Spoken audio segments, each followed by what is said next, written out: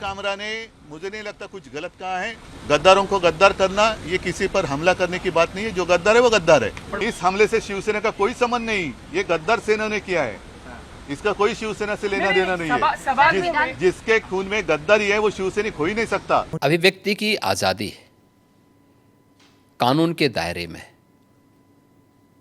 संवैधानिक मूल्यों के दायरे में होना चाहिए और उसी दायरे में अभिव्यक्ति की स्वतंत्रता है। आपके अभिव्यक्ति की स्वतंत्रता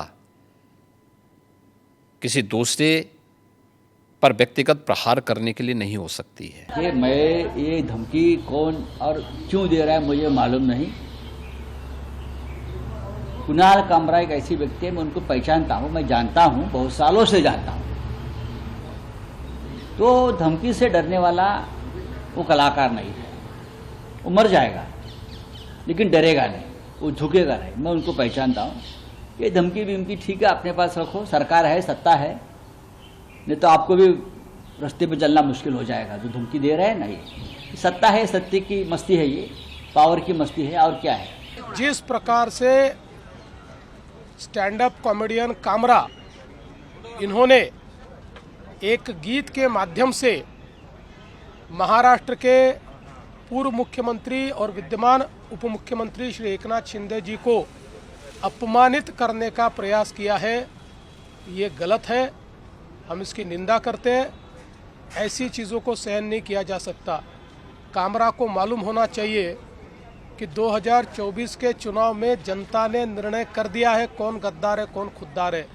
वही कहा है जो सत्य है, इसलिए उनको बात चुभी है। सत्य हमेशा इनको चुभता है, इसलिए इन्होंने गुंडागर्दी की। और जो शब्दों का इस्तेमाल करते हैं उसी से पता चल गया है कि गुंडे हैं और ये आज पार्लियामेंट में बैठकर इस तरीके की भाषा का इस्तेमाल कर रहे हैं। मुंबई की सड़कों पे क्या करते होंगे अब आपको समझ आ चुका होगा। कोई भी हो, लेकिन किसी का जो है अपमान करना, उसकी अपकीर्ति करना, देखिए जो लोगों ने आप चाहे सरकार देखिए, सत्ता देखिए, जिस इंसान के पास उसकी इज्जत ही सब कुछ है, आप जो है कॉमेडी के नाम पर उनकी इज्जत उछाल रहे हैं, उनकी अपकीर्ति कर रहे हैं, उनके काम को डिसरिगार्ड कर रहे हैं। शिंदे जी जो है वो कभी किसी जमाने में रिक्शा चलाया करते थे, आज वो अपने दम पर इतना आगे आए हैं। और ये उनके खुद की क्या क्रेडेंशियल्स है।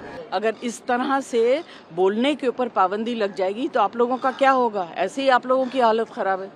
पूरा रेस्ट्रिक्शन है आप लोगों के ऊपर। अभी आप लोगों को भी कहेंगे यही न्यूज़ बोलिए और कुछ मत बोलिए, जया बच्चन का इंटरव्यू मत लीजिए।